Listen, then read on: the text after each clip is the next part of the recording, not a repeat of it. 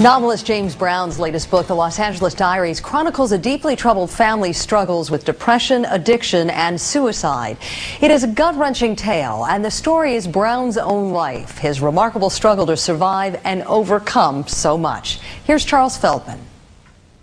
This is a ghost story, and James Brown should be dead. That he is not is a remarkable tale of perseverance in the face of staggering loss and tragedy. In his soul-searching memoir, The Los Angeles Diaries, the novelist recounts his life story.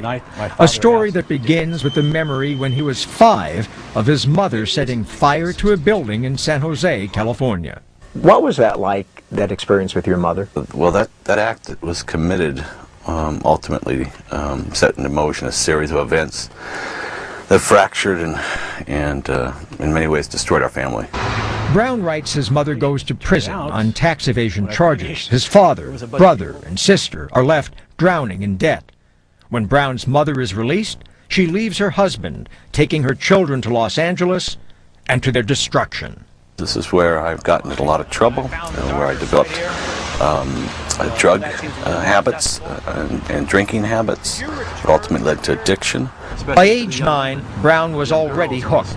Los Angeles and Hollywood Boulevard in particular were really negative influences in your life. Why? I found myself getting into trouble. I was initially, I think, attracted to the kind of so-called glamour that you're supposed to find here. In my experience, there wasn't too much glamour to find. I mean, I found the darker side here. For a while, Brown's older brother, Barry, found success as an actor, even starring alongside Sybil Shepherd in the 1974 movie Daisy Miller. Forgive me, but would you care to sit down? Oh, I like just hanging around. But the curse of alcoholism also afflicted Barry Brown, and at the age of 27, he shot himself to death. This is where I reclaimed my brother's last personal belongings. And what did it do to your life? From this point on, it set me on a more destructive course. Although James Brown somehow managed to pull together enough to write 4 novels, marry, and raise 3 boys, his personal demons were unrelenting, made worse still by the suicide of his sister, who flung herself into the concrete bed that once was the Los Angeles River, a scene he imagines in his new book. Then you squeeze my hand and let go, and I watch you fall again and again. In my dreams, you are suspended in midair, the wind rushing up around you, captured in the moment of flight. Well, it comes from the genre of nature writing. Brown is now a university professor. The Los Angeles Diaries is getting rave reviews. He's happy. What turned things around? It happened in South Dakota one day when he ran out of drugs and faced painful withdrawal. I had a moment, what they call in AA, a moment of clarity, and I came to realize that there was a possibility of change, that it was going to be a hard road, but I was going to start. Brown divorced and remarried.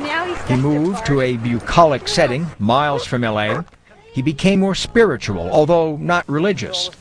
And by writing his memoir, he perhaps has finally extinguished the flames he says his mother ignited so many years ago. I offer the possibility of change, of hope, that you can have some tough things happen to you in life, and sometimes life can look very dark, but that doesn't mean that you can't rise above and continue on, and tomorrow isn't going to be a little bit better.